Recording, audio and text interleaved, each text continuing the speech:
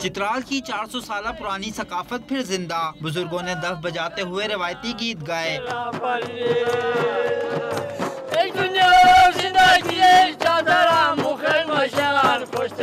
रवायती गीत के साथ मखसूस रक्स भी पेश किया गया। रक्स के दौरान ये बुजुर्ग एकदम जमीन पर बैठ जाते हैं और फौरी उठते हैं।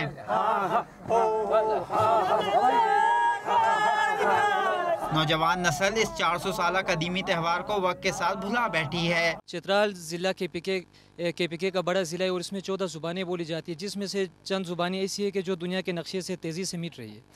तो ज़ुबान को ज़िंदा रखने के लिए यही हो सकता है कि शुअरा को वहाँ पे जो लोग शायरी करते हैं उनकी सपोर्ट की जाए। इस मौके पर ड्रामाई अंदाज में सदियों पुरानी सकाफत का अमली मुजाहरा भी किया गया, जिसमें एक लड़के को दुल्हा और दूसरे को दुल्हन बनाकर इनकी बारात लाई गई।